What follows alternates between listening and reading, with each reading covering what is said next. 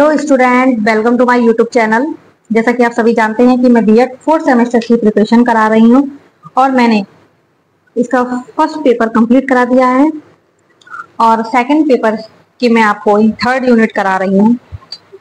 तो third unit में मैंने पहले कुछ क्वेश्चंस करा दिए थे और कुछ क्वेश्चंस मैं आज कराऊंगी। तो चलिए वीडियो स्टार्ट करते हैं। क्वेश्चन नंबर 522 से स्टार्ट है। श्रवण सहायक उपकरणों का प्रयोग किस प्रकार के प्रयोगों हेतु किया जाता है? तो वो किया जाता है व्यक्ति के लिए और सामूहिक प्रयोगों के लिए। तो आवा दोनों इसके सही ऑप्शन है। नेक्स्ट है श्रवण बाधितों हेतु किस प्रकार के विशेष चिन्ह होते हैं? तो वो होते हैं स्वरों के और शब्दों के। तो आवा दोनों इसके सही ऑप्शन है। नेक्स्ट है श्रवण बाधितों के शिक्षण हेतु अध्यापक को किसका ज्ञान होना चाहिए? तो इन सभी का होना चाहिए। उपरोक्त सभी इसका राइट ऑप्शन है। नेक्स्ट है गत्यात्मक असमर्थ बालकों की शिक्षा के लिए पाठ्यक्रम होना चाहिए। तो कैसा होना चाहिए? समान छात्रों के समान पाठ्यक्रम। नेक्स्ट है शिक्षण की परंपरागत पद्धति है। तो वो क्या होती है? उपरोक्त सभी इसका राइट ऑप्शन है। नेक्स्ट है अधिगम असमर्थ बालकों को शिक्षा की प्रविधि है। तो उसमें भी आंसर आएगा उपरोक्त सभी। नेक्स्ट है प्रतिभाशाली बालक हेतु शिक्षण विधि है। तो शिक्षण विधि क्या होती है? ये सभी तरीके से होती है। तो इसका राइट आंसर है उपरोक्त सभी। नेक्स्ट है कक्षा प्रबंधन की सहायक सामग्री कौन सी होती है?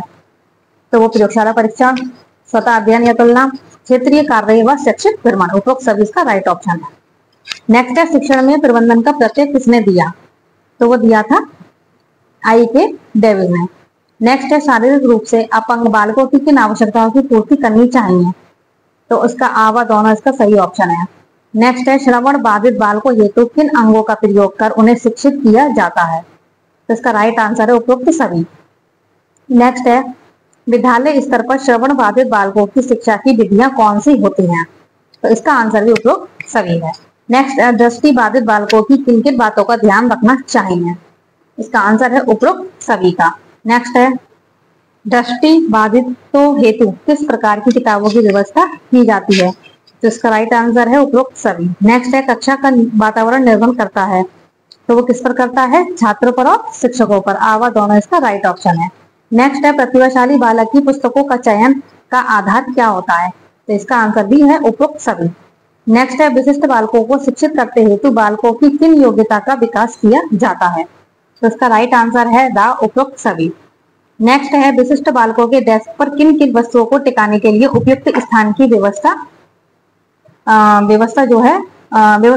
विकास किया जाता है। तो वो किया जाता है उपरोक्त सभी का। नेक्स्ट है विशिष्ट बालकों के डेस्क पर किन किन वस्तुओं को टिकाने के लिए उपयुक्त स्थान की व्यवस्था रखनी चाहिए? तो पेन, पेंसिल, कार्बन वाटिका तीनों होते हैं। उपरोक्त सभी इसका राइट ऑप्शन है। नेक्स्ट है डिसलेक्सिया के बालकों को शिक्षित करने हेतु किन सामग्रियों का प्रयोग किया जाता है? तो इसका भी राइट आंसर है उपरोक्त वो चित्र व शीर्षक सामग्री।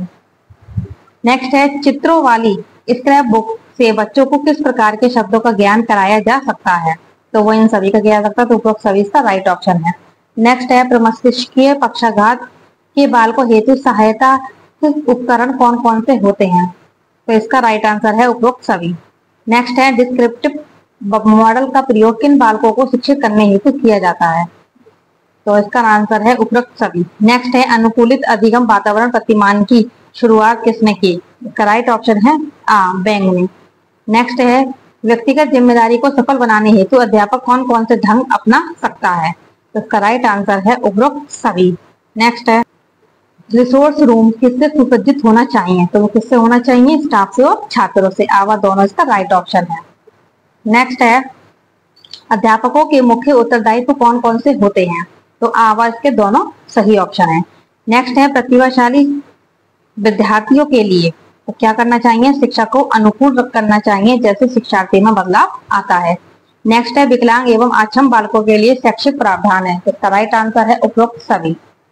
नेक्स्ट है पाठ्यचर्या ऐसी हो जो पाठ्य पुस्तक के ज्ञान को पुनः प्रस्तुत करने के स्थान पर बच्चों को अपनी आवाजें पाने, कार्य करने के लिए अपनी जिज्ञासा का पोषण करने, प्रश्न पूछने और जांच पड़ताल करने तथा अपने अनुभवों को बांटने तथा विद्यालय के ज्ञान के साथ जोड़ने में सक्षम बनाए। राष्ट्रीय पाठ्यचर्या की रूपरेखा 2005 पृष्ठ 13 इस पृष्ठभूमि में एक शिक्षक की प्राथमिक भूमिका क्या होनी चाहिए? तो इसका राइट आंसर है आ, बच्चों को उनकी अपनी समझ और अपने ज्ञान को साझा करने के पर्याप्त अवसर देना। नेक्स्ट है व्यक्तिगत विभिन्नता के आधार पर शिक्षा देने हेतु निम्न में से कौन सा विकल्प उपयुक्त है? तो इसका राइट ऑप्शन है आ, बुद्धि के स्तर के आधार पर बालकों का कक्षा विभाजन। नेक्स्ट है अभिक्रमित अधिगम सामग्री में व्यक्तिगत विभिन्नता को ध्यान में रखा जाता है, इसकी पुष्टि इस बात से होती है कि इसका राइट ऑप्शन है विद्यार्थी अपनी गति से सीख सकते हैं। नेक्स्ट है कक्षा में एक प्रभावी शिक्षक अधिगम प्रक्रिया होती है जब शिक्षक बच्चों के ज्ञान को पढ़ाई जाने वाली संकल्पना के साथ जोड़ने में सहायता करता है, इसके पास में निहित उद्देश्य है। तो इसका राइट ऑप्शन है ज्ञान का सहसंबंध एवं स्थानांतरण। सामान्य कक्षाओं में विशिष्ट बालक को शिक्षित करने का उत्तरदायित्व निम्न में से किसका होता है? तो वो होता है कक्षा अध्यापक का। नेक्स्ट है समायोजन वह प्रक्रिया है जिसके द्वारा प्राणी अपनी आवश्यकता और इन आवश्यकताओं की पूर्ति को प्रभावित करने वाली परिस्थितियों में संतुलन रखता है। यह कथन किसका है? तो यह है बोरिंग, लैंगफील्ड और बेल्ट का। नेक्स्ट है तनाव असंतुलन की दशा है जो व्यक्ति को उत्तेजित अवस्था का अंत करने के लिए प्रेरित करती है। यह कथन किसका है? तो यह है गेट्स का। नेक्स्ट है विशिष्ट बालकों को शिक्षा देने हेतु अपनाने वाली प्रणाली है। तो ये सभी होती है, तो उपरोक्त सभी इसका राइट ऑप्शन है। नेक्स्ट है निम्नलिखित में से किन विद्यार्थियों को अध्यापक के ध्यान की आवश्यकता है? तो इन सभी की होती है, तो इसका राइट आंसर है उपरोक्त सभी। नेक्स्ट है निम्नलिखित में से कौन सी विधि विशिष्ट आवश्यकता वाले बालकों के अध्ययन में सहायता करती है? तो वो कौन सी होती है? Case study method. नेक्स्ट है विशिष्ट बालकों की शिक्षा हेतु एक शिक्षक को ध्यान देना चाहिए। तो किस पर ध्यान देना चाहिए? व्यक्तिगत आवश्यकताओं पर। नेक्स्ट है प्रतिभाशाली शिक्षक होता है, वो कैसा होता है? अपसारी चिंतक। नेक्स्ट है वंचित वर्ग की पृष्ठभूमि के बच्चों को शिक्षा प्रदान करने के लिए शिक्षक को चाहिए कि, तो क्या चाहिए कि उनके विषय में अधिक से जानकारी जुटाने का प्रयास करें और उन्हें कक्षा में होने वाली चर्चा में शामिल करें। नेक्स्ट है माध्यमिक शिक्षक विद्यालय की कक्षा में शिक्षिका के पास एक बधिर बच्चा है, तो उसके लिए क्या होगा? तो उसके लिए ये होगा, सब ऑप्शन ठीक है, कि वह बच्चे को जिस स्थान पर बिठाए जहां से वह शिक्षिका के होठ तथा चेहरे के भाव साफ तौर पर देख सके। नेक्स्ट है एक शिक्षक समाज के वंचित वर्ग के बच्चों की आवश्यकताओं को प्रभावपूर्ण तरीके से पूरा कर सकता है। प्रभावपूर्ण तरीके से पूरा कर सकता है, तो इसका राइट ऑप्शन है आ, कक्ष के प्रत्येक बच्चे की आवश्यकता अनुसार अपने शिक्षण कौशल अपनाकर। नेक्स्ट है शिक्षक बच्चों को सृजनात्मक विचारों के लिए प्रोत्साहित कर सकता है, तो इसका राइट ऑप्शन है उन्हें समस्या समाधान के लिए विभिन्न तरीकों से सोचने के लिए कहकर। नेक्स्ट है एक शिक्षक के लिए सबसे महत्वपूर्ण क्या है? तो विद्यार्थियों की कठिनाइयों को दूर करना शिक्षक का सबसे महत्वपूर्ण काम होता है। नेक्स्ट है अपने मानसिक स्वास्थ्य को ठीक रखने हेतु शिक्षक का क्या दायित्व है? तो इसका राइट आंसर है सा, व्यवसाय के प्रति वफादारी। नेक्स्ट है एक समावेशी कक्षा में किसी शिक्षिका की सबसे महत्वपूर्ण भूमिका क्या है? तो उसकी भूमिका होती है यह सुनिश्चित करना कि प्रत्येक बच्चे को अपनी संभावना को प्राप्त करने का अवसर मिले। नेक्स्ट है समावेशी कक्षा के लिए शिक्षकों को किस प्रकार की तैयारी की आवश्यकता नहीं होती है? अब उसने पूछा है कि नहीं होती है, तो इसमें आंसर आएगा धैर्यशीलता का कम होना। कमजोर विद्यार्थियों को प्रेरित करने के लिए एक शिक्षक को क्या करना चाहिए? तो क्या करना चाहिए? उनकी प्रशंसा करके उन्हें अच्छे कार्य करने को कहना चाहिए। नेक्स्ट है एक अच्छा शिक्षक वह है जो ध्यान देता है। किस पर ध्यान देता है?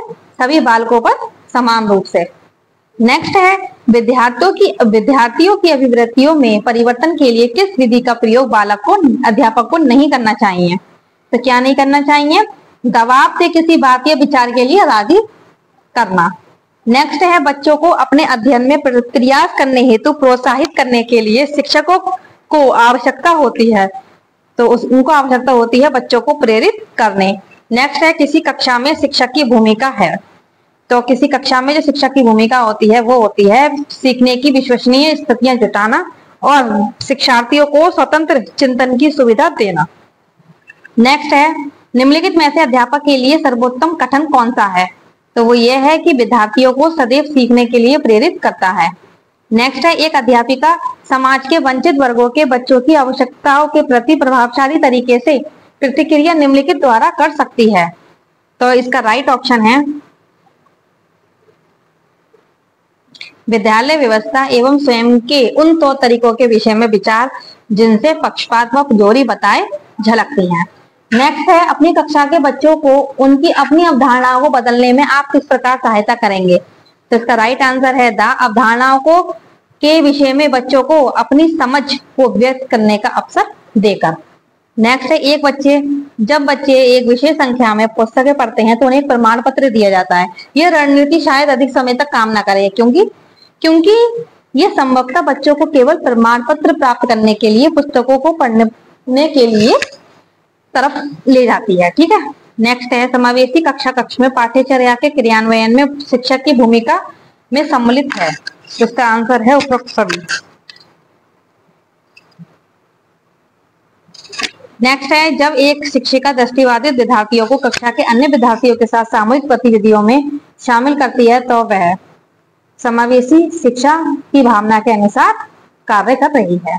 नेक्स्ट है, 5वीं कक्षा के दृष्टिबाधित विद्यार्थी तो उनके साथ साथ सामान्य रूप से व्यवहार करना चाहिए और श्रव्य सीडी के माध्यम से सहायता उपलब्ध कराई जानी चाहिए।